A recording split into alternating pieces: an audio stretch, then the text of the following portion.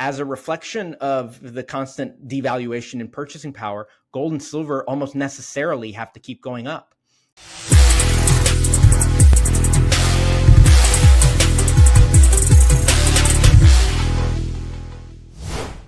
JP, why do you suppose this friction exists? Why is there legal and tax barriers that make it so difficult to use gold and silver as money when it was put into the Constitution as the rightful money from the get-go? Like you say, it's the only form of money mentioned in the Constitution. And yet today, 5 states in the country will still charge you a sales tax if you try to buy gold and silver. If you try to sell gold and silver in one of the 37 states that still charge the capital gains tax on it, you will be hit with that tax as well. So states themselves, and then of course on the federal level, you're taxed as well because of an IRS rule that says that gold and silver should be treated like collectibles, like Beanie Babies or like artwork. So the government has been placing these restrictions on gold and silver. And if you ask me, they've been choking out alternatives because they know if given competition, no one would willingly choose the dollar. No one would willingly choose a monetary instrument whose literal design is to lose 2% of its value every year, year over year. No one would accept this monetary instrument if they knew the global atrocities that were happening around the world in their name that are only made possible because of the power that comes with being able to print as many dollars as they want. No one would willingly choose this money. And there aren't any alternatives really for people to choose because of taxes, because of differing legal tender statuses and such. There are so many regulations and alternatives have been shackled. And that's not an accident, in my opinion. I don't believe that that was an accident. Gold and silver were money for thousands of years. And then by design, by federal mandate, they said no longer. We're going to pretend that these paper notes have the same monetary properties as your gold, and you will continue on with your day with the understanding that your money is now paper, and that just is what it is. But it doesn't have to be that way. And the Federal Reserve is ultimately going to lose this battle. I'm confident that the Federal Reserve will ultimately lose this battle, be it to a international foreign competitor or hopefully to America's stewards waking up and realizing, wait, we have been very poor stewards of this. There are alternatives that are springing up domestically and internationally to challenge our monetary monopoly. We need to be better protectors, handlers of America's money. Otherwise, someone is going to beat us. So it's an invitation to compete in the marketplace, like everything else. Just like F.A. Hayek, Nobel Prize winning economist, wrote a book, The Denationalization of Currency. There's no reason for money to be treated like a special good. For the same reason that the market is good enough for us to decide what kind of car to buy, what kind of deodorant to use, what kind of canned corn we want to eat on any given night, the market is the best avenue, the best vehicle for providing the best quality good at the lowest possible price. And so we should have money be subjected to that same market force as well. That's good. So JP, what are you and the Sound Money Defense League doing currently to fight to restore gold and silver to their rightful place in the monetary system? Well, like I mentioned, so much of this has to be about remonetizing gold and silver, to be removing the disincentives and the shackles in the way of people being able to use the metals. That is largely, like I mentioned, the form of taxation. We have worked now to eliminate the sales tax on precious metals in 45 states across the country. This is a sales tax when you purchase gold and silver coins, bars, or rounds. We've worked to eliminate this. There are only 5 that remain. So we're working to make this tax extinct. We're working to wipe it off the face of the map. Good. On the capital gains side, there are 13 states that we've passed this legislation in. There are now 37 states that remain, but we're seeing more and more after passing so many of the sales tax bills. More states are now coming to us and saying, okay, what's next? What else can we do? Let's tackle the capital gains bill. So removing these taxes are going to be the single biggest impediments, in our opinion, to people being actually able to use precious metals as money. This year, we passed legislation in Wisconsin and in New Jersey to end the sales tax on precious metals. On capital gains, we passed legislation in Nebraska and in Alabama to end these taxes. There are also several other states considering these 2 issues as well. We've also worked to pass legislation, like I mentioned in Utah earlier in this interview. I mentioned that the governor of Utah, Governor Cox, introduced, or rather signed, a bill into law that allows for a $180 million purchase of physical gold held within the state.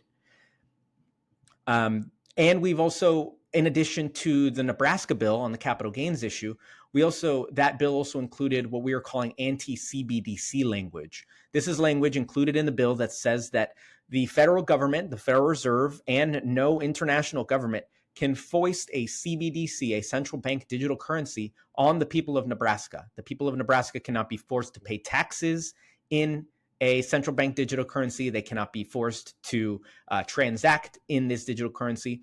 So this is a protectant for what we know is coming, because the nature of government is to continue to wield and to grow its power. And the CBDC is such a very clear way for a government to be able to do that. So states are being proactive about defending against this very real risk. And these are types of legislation that we've passed on the state level. On the local level, we have helped and worked on introduction of town council resolutions. And on the federal level, like I mentioned earlier, we've worked with Congressman Mooney on a bill to audit America's gold reserves. We also have a bill with Congressman Mooney that would eliminate the federal capital gains tax on gold and silver. That would be important because most states charge that capital gains tax because they're simply following the federal law. Most states start with your federal adjusted gross income. So just by default, because the feds tax it, the states will as well. So to remove it on the federal level would completely eliminate it in most cases on the state level as well. So we're introducing all of these different pieces of legislation, and it is such a far cry from what it was even 10 years ago. This is our 10-year anniversary of advocating for legislation like this. And back even in 2017, when I was drafting legislation that would permit a state to invest physical metals in their state taxpayer funds, the price of gold back then was $1,200 an ounce, and we were being ignored. The few people that read our bills would laugh. They would scoff. The banking lobbies, the financial lobbies would come out. They would, who are these people? The gold is a mockery. This is not a real financial asset. And look now, gold was $1,200 an ounce back then. Today, it's over $2,700 an ounce. The people who were laughing at the time had a fiduciary responsibility to protect the people of their states, and they were negligent. They were derelict in that duty. So people will continue to wake up to gold, of course, as international countries adopt it, as states themselves adopt it. And the states that are going to be positioned best to protect their reserves and their citizens in the case of an economic downturn are going to be the states that have moved and progressed legislation on sound money first. JP, appreciate all the efforts that your team is making and all the things that you just stated. Wow. On behalf of everybody listening, we really appreciate this. So JP, gold and silver, that's, like you've said, been money for thousands of years. They have intrinsic value, can't be devalued by governments. What allocation of ownership to gold and silver is recommended by you and your team? And what price levels is your analysis pointing to for gold and silver going out the remainder of the decade, understanding it's really a view at a purchasing power loss of the dollar? I personally don't make a ton of personal recommendations on your holdings, your individual holdings, but I will say that getting off of zero is potentially the most important financial decision that you can make in your life. You don't need a ton of precious metals, especially if you're looking at it as a protectant, as an extinguisher of debt in the case of an emergency, in the case of having to barter. Of course, we know gold and silver are great for that. And so making sure that you have at least a small stack, you can allocate 5%, 10% of your net worth to precious metals, I think would be a safe and a prudent investment decision that you can make. I'm sorry, Gary, what was the second question? The second question was what you thought the price levels would be. Yes, gold was at 1,200 a few years ago when you were talking with those folks. It's now at 2,700. In your analysis, where do you see gold going between now and 2030? I don't see it falling. I don't see it coming back down to 1200. And of course, the gold price will fall. It will have down days because that's how gold moves. It's not a straight line up. But if my base case is that the American government will continue to be the American government, the wars will continue, the spending will continue, the deficit spending will continue, then gold and silver have to be bullish investments. As a reflection of the constant devaluation in purchasing power, gold and silver almost necessarily have to keep going up. We're seeing that now, 2,700. It's blown past that. For a while there on the silver side, we were stuck at 3,250. And once it broke that support, we saw it shoot up. So now we're talking about 40. We're talking about 50 in silver before I personally am thinking about taking money off of the table. There are, especially if you were able to get in 10 years ago, even before then, if you were able to buy metals close to spot, getting the premium down as close to zero as possible, you're going to be able to this is going to be a good financial trade for you, even outside of course, the protection that the metals offer. As a question of portfolio returns, the metals have outperformed the S&P. The metals have been an excellent investment over a certain time horizon, so continuing to invest in precious metals. And again, it's so important doing so in a way that keeps premiums down, doing so in the form of cost-effective rounds or large bars. The U.S. minted coins, and maybe this is a little too inside, the U.S. minted items carry such a high premium, you're going to have to wait decades for the price of silver or the price of gold to move up just to make back what you paid for in premiums. So to the investors out there, I encourage you, if you're going to invest, even for saving or for trying to make a return on this, please make sure you're lowering your premium and understanding that the items you're buying as much as possible. But on questions of price predictions, like I mentioned, I think 40 or 50 in silver is not unreasonable. Peter Krauth, you may know him. He has a great book, The Great Silver Bull, where he calls for prices much higher than that. I interviewed him several months back. Oh yeah, and he's excellent. He does great work. His analysis to me has been spot on. I've been following him for a while now.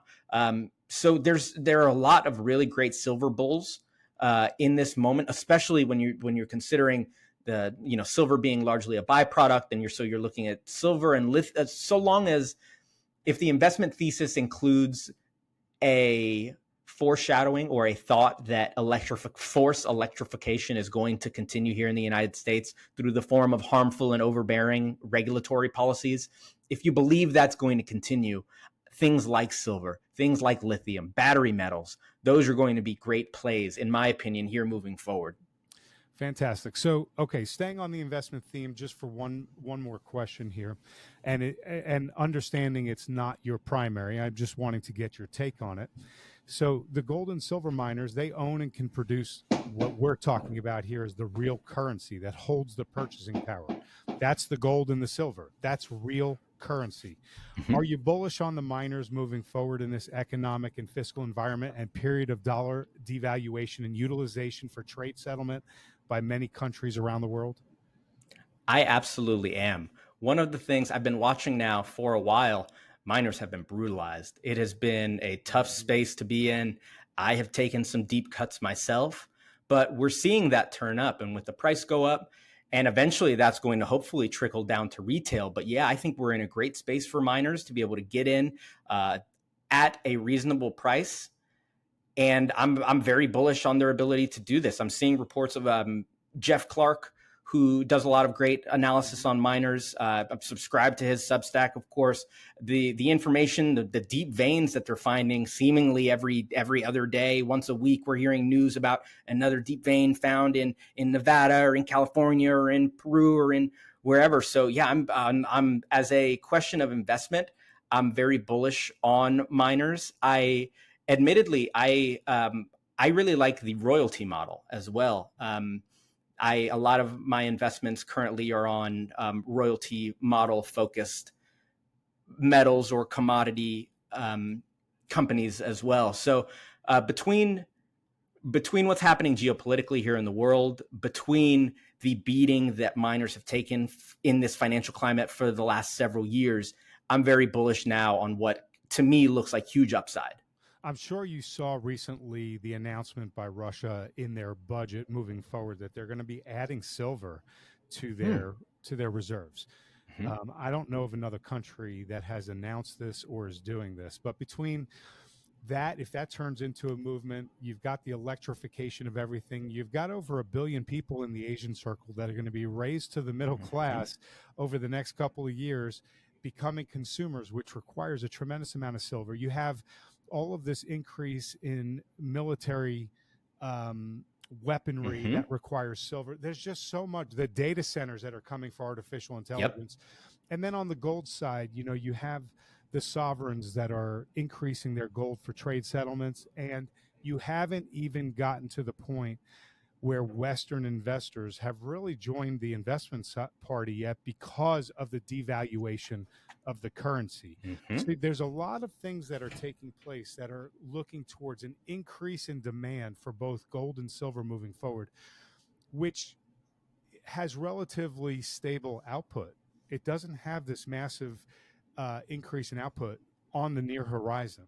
Mhm. So if we see this increase in demand, can you foresee a time when a sovereign like a Saudi Arabia or another country might invest directly, might purchase directly some gold mining companies to have access to the Hmm. gold that's in the ground to ensure that they have a stable supply? That would make a lot of sense to me, and I frankly would be surprised if that's not already the case. There's a lot of money, I think, probably already tied in commodities, for example, oil wells, things under the ground, the real estate that owns a lot of these territories. I wouldn't be surprised if some of that were owned by foreign governments around the world, or investments were made in items like that. I think one of the interesting things that you were talking about, that how the Western retail space hasn't really caught up yet.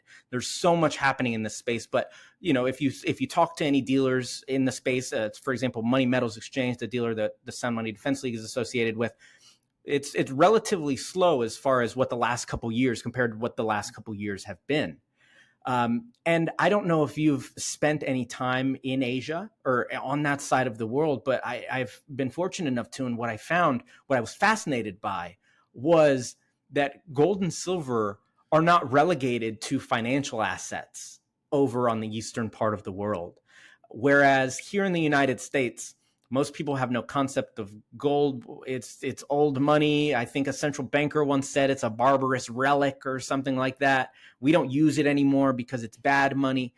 But none of that is actually true. Whereas out east, gold, for example, this is a ceremonial metal. It's religious. It's scientific. It speaks to your status.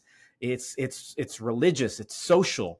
It permeates the social zeitgeist. People there understand the gravity and the gravitas that metals carry as industrial, for its industrial uses, for its uh, biblical appearances, religious appearances. These are cultures that truly understand the value of gold and silver, whereas the Western consumer, the Western investor, has no real concept of this. And I think that as gold becomes remonetized, as central banks continue to increase their gold holdings, the lie that Americans have been taught about gold and silver being bad money, about how our money should be paper, more and more people are going to wake up to the understanding that that's not true. That's good. So, JP, the U.S. Constitution, we've touched on this, allows states to coin gold and silver as legal tender. Is there a specific plan that you're advocating for or want to get behind that will restore that across the 50 states? The way that we have decided to pursue projects has been based on what we see as the greatest impediment to use as money, and that is taxes. Of course, there are legal tender bills. For example, in Louisiana this past year, the governor there signed a bill that we were helpful in getting passed that made gold and silver legal tender in Louisiana. This is a great bill, and any project that adds voices or shines a light on sound money as a concept, as an idea, should be celebrated. Mm-hmm. But over the last couple of years at the Sound Money Defense League, we've been wondering and looking into some of these legal tender laws, looking more into the history of legal tender, and then studying under the greatest living American constitutional scholar, monetary scholar that in the world right now, in Dr. Edwin Vieira, who wrote Pieces of Eight. You might know their tomes of American history, 2 massive volumes. After speaking to him and after doing a lot of our research, what we found is that the biggest impediment to use this money isn't legal tender status. It isn't that the state doesn't have a gold depository. It isn't anything like that. It's simply the taxes. By removing legal tenders, by removing the taxes, it can be used as money regardless of what legal tender status is. So legal tender, historically, here in the United States, well, I guess historically it started, or I think originated in the time of Marco Polo, when people were counterfeiting notes. Here in the United States, this was a project of Abraham Lincoln's, who wanted to fund a war and was unable to do it. So he passed what are called the Legal Tender Acts, which said, gold is no longer good money here. We're going to use this paper, and this paper now is imbued with the same monetary properties as gold and silver. You can use this the way you would use your gold and silver. This, of course, introduced to the American psyche, 1, that gold and silver are not money, and 2, that the government can dictate or decide what a good money is. Mm-hmm. And that was such a crucial point in American history, because everything that followed from there, of course, the legal tender acts themselves, the Supreme Court legal tender cases, of which Supreme Court Justice at the time, Salmon Chase, said legal tender, I'm paraphrasing, legal tender is only useful to the extent that you plan on engaging in deceit. It is a product, it is a tool to give things that don't have monetary properties, monetary properties. So what we have found is, we don't need a legal tender designation for gold and silver. That almost misunderstands that gold and silver are in fact money, regardless of what the government says. So we have mostly devoted our efforts and our resources moving away from legal tender, which is admittedly a very esoteric concept. It requires a mass dedication, a mass dedication to understanding and learning American monetary history that most people simply don't have. So it's a distraction in many cases. There are almost close to 8,000 state legislators around the world, or excuse me, in the United States. These are people in every state that are elected legislators. Most of them, their eyes glaze over completely if you mention legal tender. It's a term they've never heard of. It's a term even I, who has been working in this space for 10 years, don't really fully grasp after having spent so much time studying it. So while legal tender, like I mentioned, these projects should be celebrated, and they draw attention to gold and silver as real money is a good thing. But we've found that the more practical thing that we can do to make a difference in the lives of people all over the country is to simply remove the barriers to entry, to let people use gold and silver as money, and then let monetary forces take over from there. That's good. Well, this has been a wonderful conversation. Before we wrap up here, and I asked JP our final question, I want to point everyone over to our Substack. It is free. Go to metalsandminers.substack.com. We post free content on the consumer, economy, markets, artificial intelligence, individual metals and miners, and all the expert interviews that we conduct, just like this one. They are all up there. And when you subscribe, we want to give you a free gift. It's a report that we wrote, and it's based on the very same important Ray Dalio foundational premise that JP was talking about a moment ago, and it's titled, "If You Don't Own Gold, You Know Neither History Nor Economics." This free gift is a must-read for everyone on why we all should own gold. So head over to metalsandminers.substack.com. Put in your email address to subscribe and receive the free gift on us. Also, I'm positive that you've enjoyed the conversation with JP as much as I have. Please let him know. Hit that like and subscribe button and leave a comment below the video. It's now time for our Golden Nugget segment. JP, let's discuss the founders and their plan for our money. The founders repeatedly warned us about how paper money would give us price inflation, empower big government, act as a hidden tax, and, as George Washington put it, facilitate every species of fraud and injustice possible. You've touched on a lot of this. They wrote it into the Constitution that only gold and silver is money, and yet here we are. We have fiat currency as money instead of the currency backed by gold and silver. How did we get here without a fight that said, no, this is not constitutional? I think a big part of it is that the state lends itself to fidelity. The nature of the resident or the citizen of any given state is to be trusting and to want to believe in the government institutions that exist in any given state. There's a great book written by a political scientist on this topic called Exit, Voice, and Loyalty. And the first 2/3 of the book speak to how if you have an opinion or a thought and something is wrong, you should lend your voice to fixing that issue. If you lend your voice and you still can't fix the issue, you should exit. And that speaks to our interpersonal arrangements. That speaks to your relationship with your government. The third third, the last third of the book speaks to loyalty, the fidelity that many Americans have to their political institutions, despite, one, in many cases, these political institutions not being very old, and two, these political institutions having very little or very few results to show.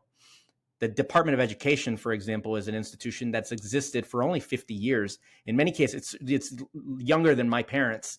This isn't a staple of the American experience. But if you ask many Americans today, it would be completely unheard of to even think about abolishing the Department of Education. What do you mean? Do you hate students?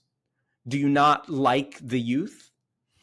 So having the imprimatur, having the stamp of approval from a government is such a powerful psychological tool for most of Americans. So when the government then says, like Nixon going before closing the gold window and saying, we are temporarily closing the gold window, closing or ending gold convertibility into US dollars, people believe him. And when students go through the public education today and they learn about Keynesian economics and they learn about how you have to spend money to make money and about how deficit spending is what you need because deflation is even scarier than inflation. And so we can't imagine a world where people don't spend money rapidly.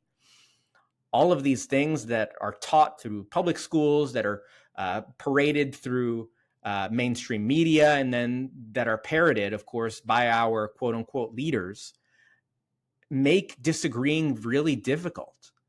Understanding deep questions about money are not questions that most people have ever asked themselves. Like I mentioned, the thousands of legislators that exist today, not only have they not heard of legal tender, many of them have never heard the phrase sound money. They have never asked themselves questions about what makes a good money or where money should derive its value. These aren't questions that most people ask. And so when you don't have necessarily the background to be able to do the background or the time or the bandwidth to be able to do some of this research on your own, and you have this giant institution telling you, we have PhDs on it, we have our best people on it, worry not, we will handle this. We traded our gold standard in for a PhD standard, and this is the result. Technocrats telling you that they know how to govern your life if you only give them a little more power. If they only run one more complicated regression, they can finally get the right setting on which to tune the GDP knob so that everyone in America can reach and achieve prosperity. And of course, we know that that's not the case. We know that that can't be done. We know that central planning of the economy is a folly. We know that this top-down approach leads to people being worse off. But the nature and the power of government will always be to grow. And there will always be people that show fidelity and show a true commitment and alignment with that government, despite, in this case, it not being in their best interest to do so. JP, really appreciate you being here. Thank you for coming on to Metals and Miners, being so generous with your time, your analysis, and ideas. It's been wonderful to spend the time with you. Would you please share with the viewers where they could learn more about your work and how they can connect with you? Sure. You can find us at soundmoneydefense.org. You can find me on Twitter X at JPCortez27. On our website, you'll find a sign-up form where you can put your zip code and your email address. I strongly encourage anyone listening with an interest in sound money in your state to please sign up for this list. We have our lists segmented by zip code so that if there's ever an important vote or a hearing happening in your state, you will receive personalized message with contact information for key members, key voters, key senators, or representatives. Many times we also provide a pre-written message as well. So we make it extremely easy for you to be an advocate for sound money on this battlefield where we're fighting state to state to remonetize gold and silver. So I would encourage everyone to please sign up for the list if you want to get involved in these battles yourself. Everybody who's listening, you need to be following JP and the Sound Money Defense League. It's very important. Gold and silver, I know, is paramount and top of mind for everybody listening, everybody watching. And so get connected with JP. It's very critical. I look forward to having you back on sometime soon, JP. Thank you for being here with us, and everybody else, thank you for watching.